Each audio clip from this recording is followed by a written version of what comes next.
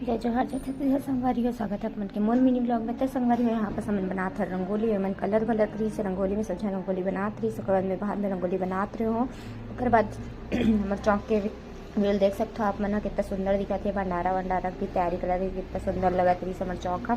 ओकर बाद हमन बाबू फोटो शूट करत रहे। बाबू हम फोटो शूट करवात रही, बहुत रोत रही से फोटो ठीक से आत भी नहीं रही से। ओकर बाद हमन दिया विया जलाए के तैयारी करे हैं शाम को। फिर मैं बाहर के सब जन के रंगोली दिखात हूँ आप कितना सुंदर लगत रही से। और झांकी वाले मन भी रेडी होत रही से। ओकर बाद दिया विया जला हन बाबू पापा दिया जला नहीं देत रही से। ओकर बाद पापा मोला लेके चली से मंदिर में गए हो। फिर कितना सुंदर व्यू रही से वहाँ के, कितना मस्त लगी से। फिर हमन पूजा के लिए गए हम चौक में पूजा वूजा करे हन। ओकर बाद सब जन प्रसाद के लिए खड़ा हुई से प्रसाद ले हन। फिर ओकर बाद गए हन हमन घर। तो फिर लइका मन वहाँ फोड़त रही से फटाका फोड़े के बाद में झांकी वाल मतलब दिखात रहे हो। हमन खतरनाक टाइप मेकअप करे रही से, मैं इतना डर लगत रही से। तो संगवारी हो मिलता आप मन से नेक्स्ट ब्लॉग में। और पूरा